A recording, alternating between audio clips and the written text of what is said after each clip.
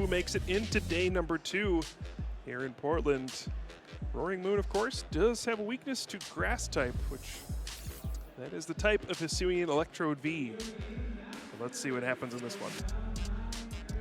This will be an interesting coin flip. I think both these decks actually would really like to go second to get that turn 1 attack off. Usually one player is okay going second or the other one wants to disrupt by going second, but both players are sort of gearing to go second. Now, Bennie is a first-time stream appearancer, so we'll be playing on stream for the first time.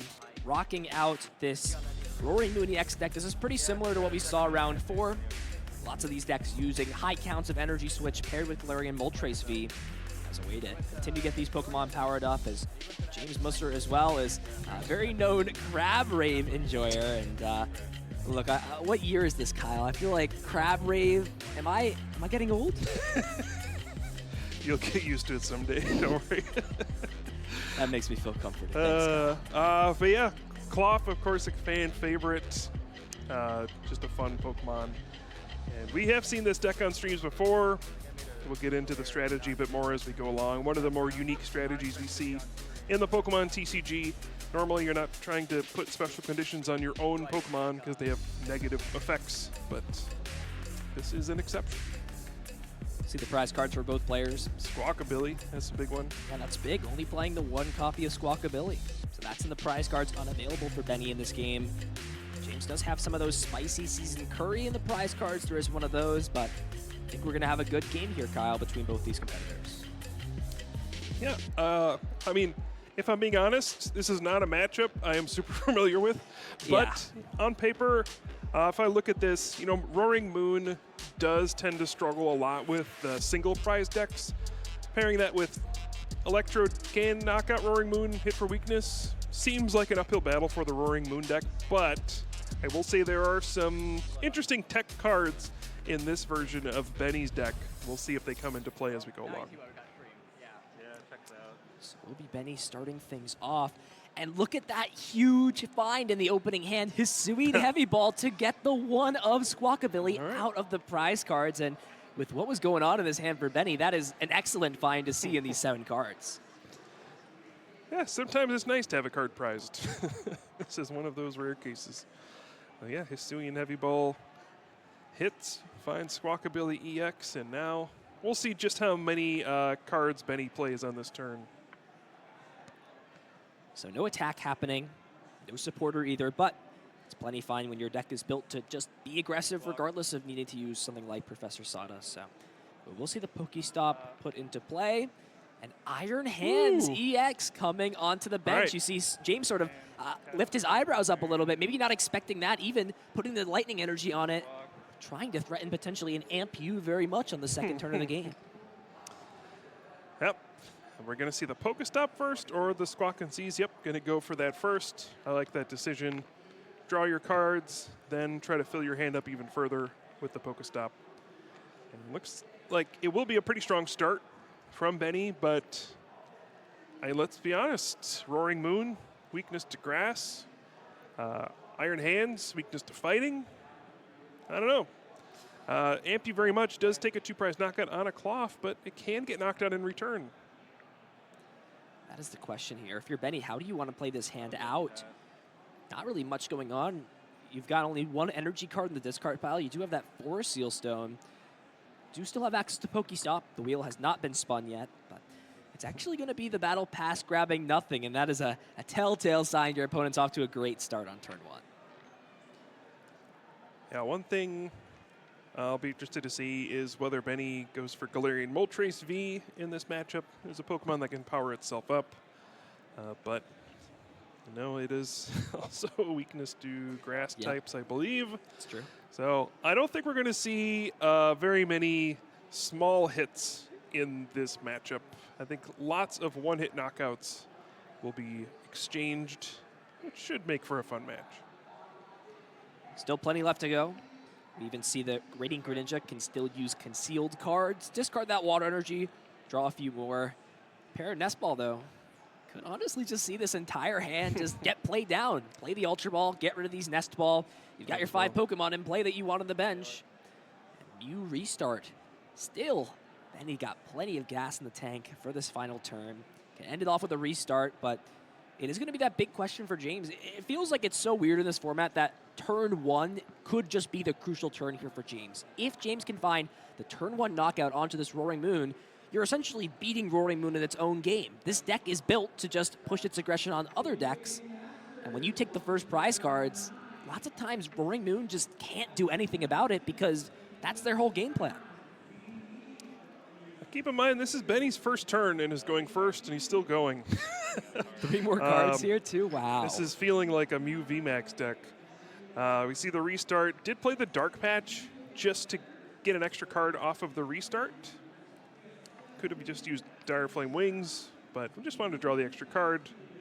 And yeah, like you were saying, could see a 2-prize knockout on that Roaring Moon EX. So Benny is just going to switch into the Radiant Greninja and say, okay, if you take a knockout, hopefully it's just 1 prize card. The most interesting thing is if Escape Rope is laid, there's a way to knock out any Pokemon on the bench here for Benny, even though it's all 2 prize cards. So it's the Electrode. See what James can put together. Hisuian Electrode coming down.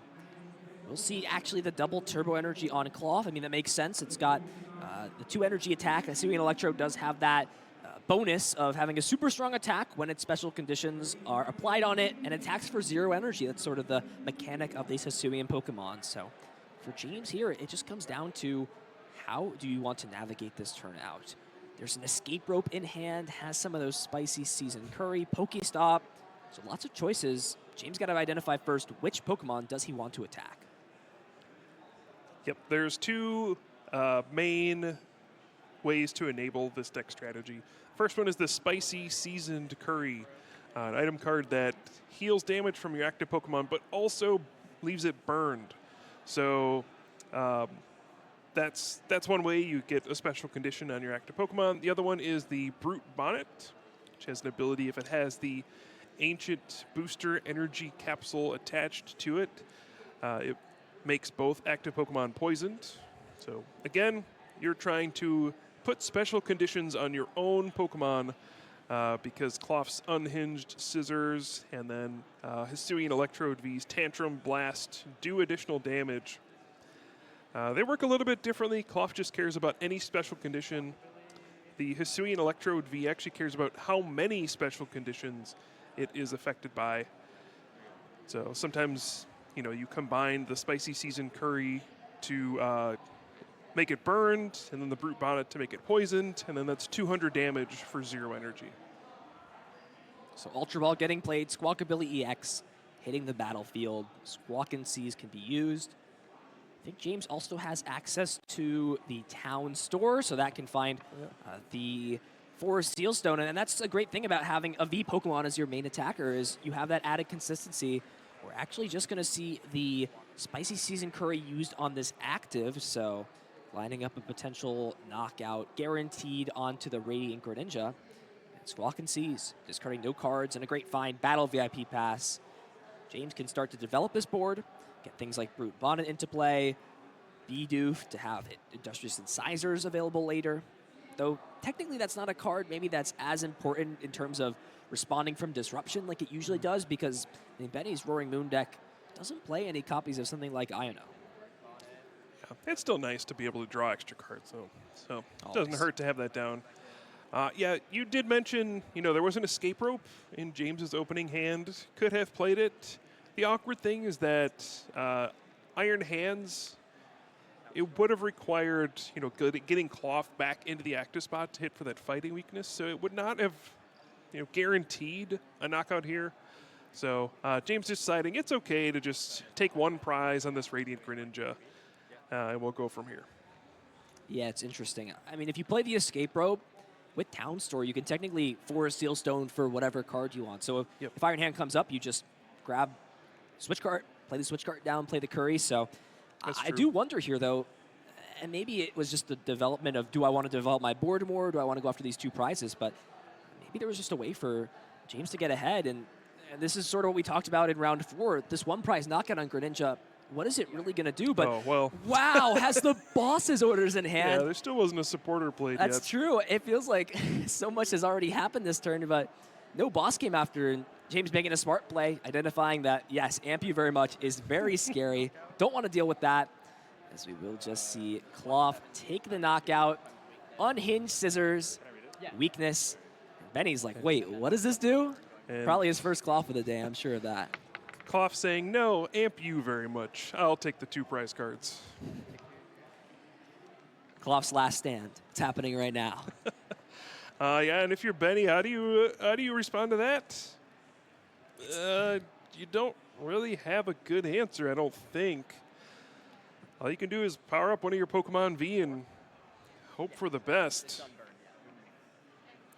And the best part about this for James as well is didn't even have to use the V-Star power. Has Root Bonnet in play. Sure, yeah. Still has access to that consistency option. And man, James has done exactly what he wants to. Taking the first prize cards, apply pressure, and with all of these Pokemon being weak to either grass or fighting, it feels like even if you're able to take knockouts and keep pace with what James is pushing in, the amount of work that James needs to do to get these knockouts is almost minimal at this point. The weakness is not extremely relevant because of the way the math works out, but I mean, it's 2 special conditions. It's a Spicy Seasoned Curry, and it's an Ancient Booster Energy Capsule, and that's a knockout on any Pokemon in Benny's deck. Yep. And then Benny, went to the town store, but they were all sold out of Pokemon tools. So I had to fail that one. Only one in his deck is the Forest Sealstone. Spins the Pokestop instead. Finds a Nest Ball. Just not great. Yeah, this hand is just not that good now. There is the bailout, of course, the get out of jail free card almost on that Galarian Moltres V. Star Alchemy has not yet been used. Yep. But you really just want to save that, of course, for as long as possible, because earlier you use it, the less options you're going to have later down the line. Yeah, now there is one Thornton in this deck, a way to kind of surprise, get an Iron Hands EX out. Kind of the idea is you use Galarian Moltres V to Dire Flame Wings, accumulate energy, and then out of nowhere you can play Thornton and swap it with the Iron Hands EX, and it's instantly charged up. I don't know if we'll see that come into play here. Seems a little difficult to pull off, but that is something to keep in mind in the future. It does have Energy Switch. I probably would like to just see that used off of the Galarian Moltres. Usually, it's the same situation where you need 2 special conditions. I mean, Burn would get the knockout with just 1 even. And because of doing 30 damage to yourself because of Aura Burn, you're in an awkward situation. And Benny, I think, is just considering what's next at this point. Yep. It will be the V-Star power. Not throwing the towel just yet. It will actually just be the Earthen Vessel grab. So maybe not enough dark energy in the discard pile to use something like that Professor Sada. Yeah, I mean, this is just a rough situation. I feel like Benny could have picked whatever attacker to go with here, and it still wouldn't have been a very favorable situation. And yep, just says, okay, I'm done here.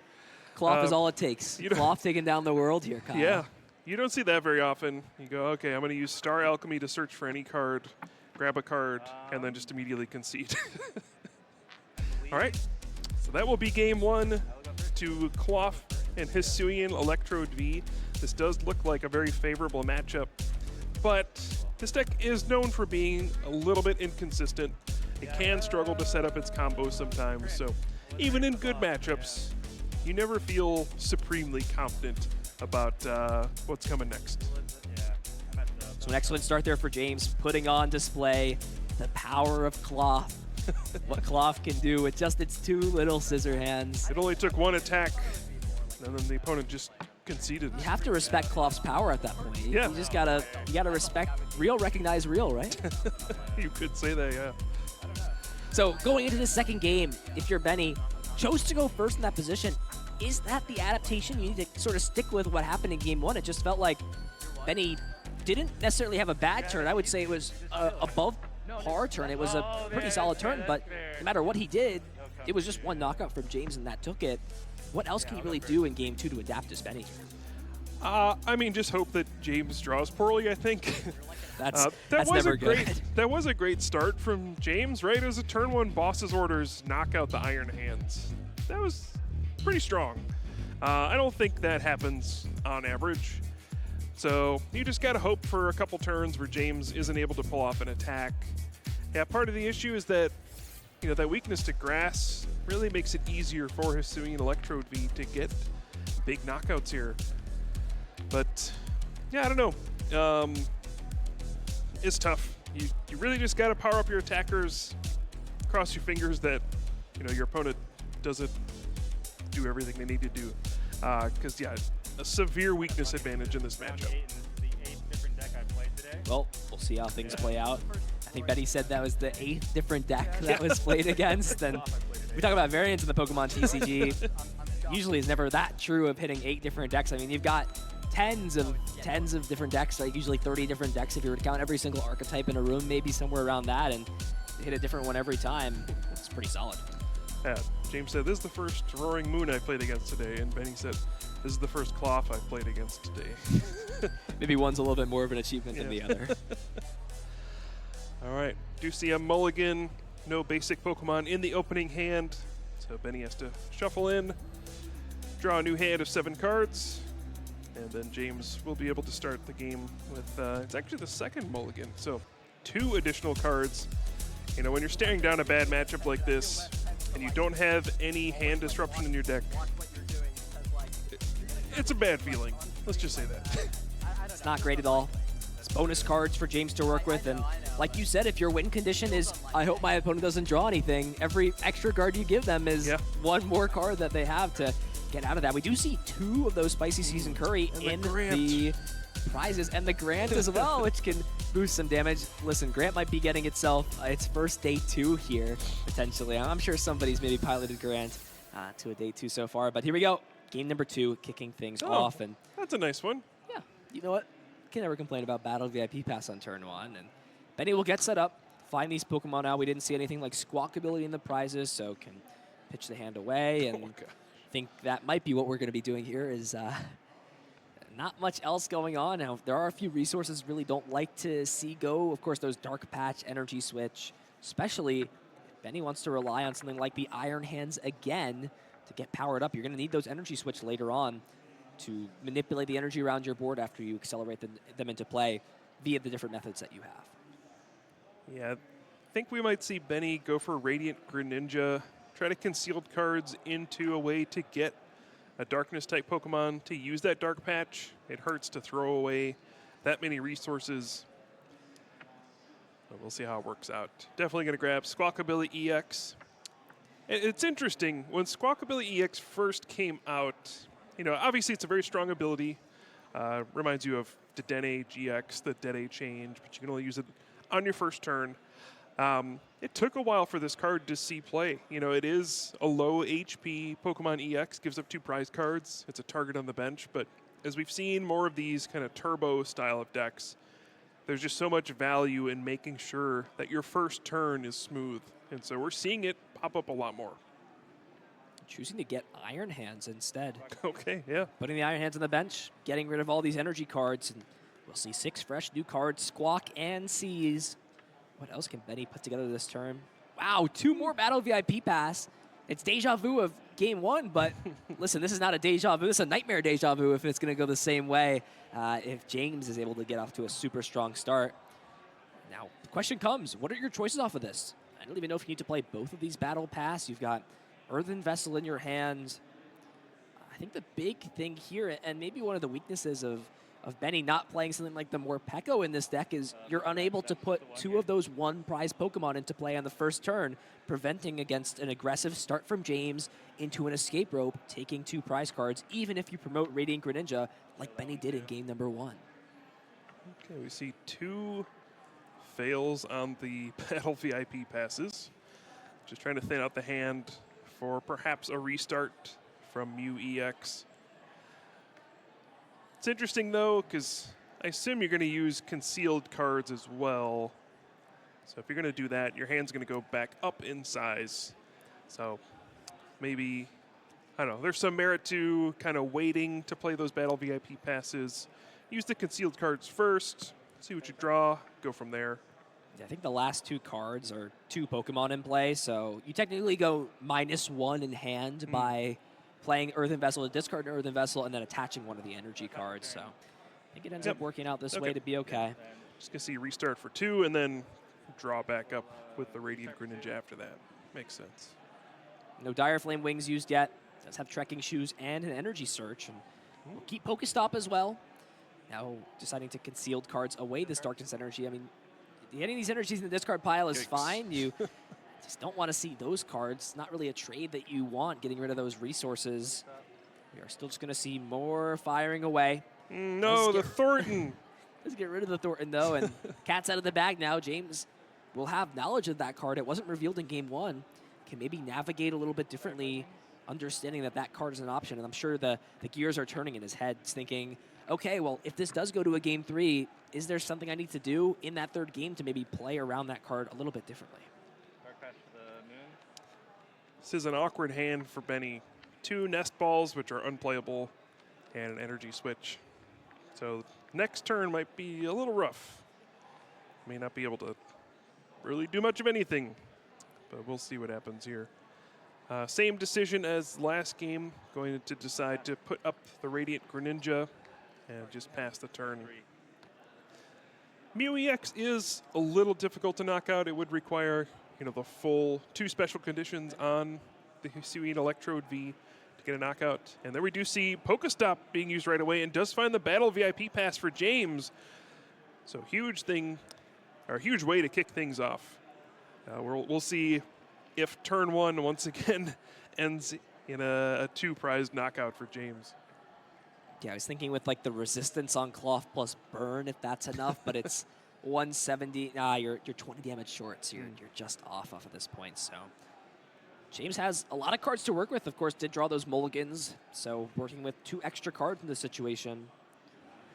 I believe already has the Brute Bonnet. We didn't even see that come down in Game 1, but that's the consistent way that James applies these special conditions. Uses the Brute Bonnet with the Ancient Booster Energy Capsule, and that allows you to poison your opponent's Pokemon every turn, giving you consistent access to special conditions on your Cloth and Hisuian Electrode.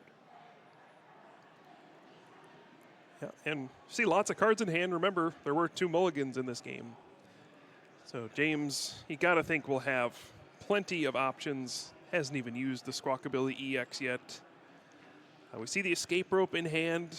It might present already a difficult decision for Bennie on which Pokemon to promote. And we'll see just how devastating James's first turn can be. If it's anything like Game 1, where he's able to get a 2 prize knockout, well, you're not going to be feeling good if you're Bennie. And this is smart from James as well, to just not play any more cards before playing this Escape Rope, because you want to give Bennie as little information as possible off of this. And I don't know if I like bringing the Moltres up. That means Spicy Seasoned Curry would be enough to just take the knockout with the burn. It is going to be. Well, you only burn your own Pokemon. Oh, that's true. You do only burn your own Pokemon. My bad. Yeah. Yeah, but so that's still good. But yeah, we see Hisuian Electrode come up right away for a Seal Stone, and that's going to guarantee the knockout onto this active because of the booster energy and the the Brute Bonnet in play already. James hasn't even played a supporter card yet. There hasn't been Squawk and Seize yet. This deck is just popping off here right now. Yeah, it does mean if we see the Radiant Hisuian Sneasler, the poison damage will actually finish off the Roaring Moon That's EX. true. You only need the 1 special condition, plus it would be 3 damage counters from the poison. Speaking of which, Battle VIP Pass, 2 of them being played, and that can grab, like you said, Hisuian Electrode V. Another one can come down, as well as, I think the question here is, do you value saving your V-Star power doing that and getting down the Hisuian Sneasler? I think the card's actually in hand right now. Or do you want to use your V-Star power and put Bidoof in play? And it seems like valuing the V-Star power is priority number 1 for James. Won't have access to Industrious Incisors next turn, but it's still very solid start. What more can you ask for, right? You're doing what Roaring Moon does, but better in this case. Taking a turn 1, going second, 2 prize knockout. And this is Deja Vu all over again. And I think we saw James actually decide not to play the Town Store, knowing that Bennie plays Forest Sealstone. Just says, you know what, it's not worth giving you the option to go get the Forest Sealstone. So a heads-up play there as well. And there you do see Toxic Powder, so both active Pokemon are now poisoned. That activates Hisuian Electrode V's Tantrum Blast attack to do 100 damage. ×2 for weakness, Then the poison would be 1 damage counter +2 from Radiant Hisuian Sneasler's ability. And that all adds up to a knockout. But there should be 10 damage on that Hisuian Electrode V. That's true. Both these Pokemon should be poisoned. Not sure the math will necessarily matter too much. Yeah, you're not really... I guess it kind of does matter. If this Electrode will go to 20, so that means that an Aura Burn from Moltres yeah. can take the knockout. So, but again, using Moltres and damaging yourself is just... I mean, the Hisuian Sneasler in play doesn't make it matter anymore, but if that were to leave play somehow, you wouldn't need the extra 30 damage on from that, or an extra 20 damage rather from the poison. And just going to see restart, drawing up the hand. Still have access to Pokestop. Did find a copy of that Professor Sada's Vitality. So that will be played down. The question here, how do you want to spread these energies out? And what is your target attack for the turn? It feels like, yeah, even if you Calamity Slash, Calamity Storm, take this knockout, you're pretty much just staring down a return knockout again. And this is what we keep talking about with Roaring Moon. Yes, when it takes those first 2 prizes, it's so strong. But when it does struggle to get set up, when it struggles to initiate the prize trade, you kind of see the deck for what it really is sometimes. Yeah, this is a rough one. We're going to see the Pokestop. Ooh. Yep, that Forest Seal Stone, no longer an item card. It is a Pokemon tool, so you cannot grab that off the Pokestop. But yeah, I mean, you can respond, get a knockout here, but then what? Your opponent is just going to knock you out right back. Then what do? You're just behind in this race, and it really doesn't take much from the other side. They already have the Brute Bonnet with the Ancient Booster Energy Capsule, so they can set up attacks every turn. How do you come back? There's no hand disruption. Yeah. I'm looking for a way out. Show me something here. Show me something, Benny. I need to see some sort of miracle way in this case. Now, this will be the knockout because of that poison damage. It does take 30 from the Aura Burn. And yeah, I mean, with the way this works now, you can even just take a knockout with this Cloth. It will deal 170 damage plus the poison damage, which is 30, is actually perfect math to knock out this Galarian Moltres V. And now you're staying in the prize race, and you're also putting up a 1 prize Pokemon. What more could you ask for than that? Yep. I think the only good news for Bennie is that you actually don't mind Cloth being here. If you're able to power up Iron Hands EX and use Amp You Very Much to knock out this Cloth, you could potentially steal a win here. It seems very tough, but God, I'm just looking for some way out. It's tough indeed. It's tough with a Forest Seal Stone in play. That makes it much more difficult, because now it's just a spicy seasoned curry. That Electrode can just knock anything out. Thanks to, the poison, the Radiant Hisuian Sneasler, you can get to 230. Oof, this is rough. Oh, well, that makes it worse too. Yeah. That's even worse now. Not only are you taking the 2 prize knockout with a 1 prizer, but you're taking out the easiest response that Bennie has in this position. Complete destruction from the Cloth deck. I mean, what else can you say? This is a domination here. Cloth is putting on a streak at this point. He's taking down all these Pokemon, showing the power of the Crab. The Crab rave might begin soon, Kyle, if this win comes in for James. We'll have to get some dancing crabs up on the stage maybe and throw on a party. I need to hear some of that music. So actions on Bennie here. Your back is against the wall. You're staring down this, what seems to be the most powerful Pokemon in the format in Cloth. I mean, what can you do at this point? There's no way to remove these tool cards. Even if you have something like Boss's Orders, it feels like there's just no great Pokemon to pick off. I mean, you could try and target the consistent poison damage, but then your opponent could just bench another Brute Bonnet and attach another Ancient Booster Energy Capsule. And there's also Forest Seal Stone. Your opponent held on to cards and discarded Research. That's not a great sign off that Ultra Ball. So, And as we've talked about, no hand disruption with Iono. So Benny's going to play to all the outs that are possible. This this Galarian Moltres is still powered up, of course. And speaking of boss's orders to maybe give a hope, that's gone too. Now there's a Pal Pad in the hand though for Benny, so maybe thin the hand down, restart, and say a prayer. That seems like all you can really do. And not only is it say a prayer to draw into the boss, but then you need to do another one to hope you don't lose the following turn as well. Yeah, I was trying to think of any possible thing to happen here. The only way I could think of is if you boss's orders up the Brute Bonnet, which does have a pretty hefty retreat cost. The thing is, I don't think you can attack with Radiant Greninja enough to actually win that way. But yeah, if you could stick that active and continually Moonlight Shuriken your opponent's benched Pokemon, like that is one way out. But this deck is really designed to use Moonlight Shuriken once with energy switches and things like that. I don't think you can do it twice. It's going to be tough indeed. There are a bunch of energy switch in the hand. We did also see Thornton as the only supporter card brought back, so maybe valuing going for some sort of an Iron Hands play. Now there is... This is tough here. I got jump scared. I was talking about the game, but I look at the camera and they're just waving up to me. Thanks for that one, James. Yeah, thank you for that. Yeah, like Benny was trying to find a Lightning Energy or a Thornton off of this. You can Star Alchemy for one of those, and then you can, Thornton into the Iron Hands and use Amp You very much. But missing both of those, I don't think it's possible this turn. And we are closing in, I think, on a victory for the Cloth deck. It's just so tough.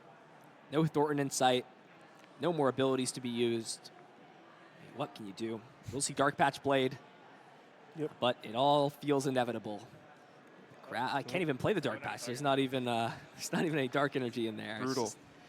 I don't know how much of a difference it would have made, but it's just play the Professor Sada's Vitality, I guess. And okay. Here we go. Saying, listen, if you've got it, you've got it. Let's hope there's no card in your deck that can beat me here.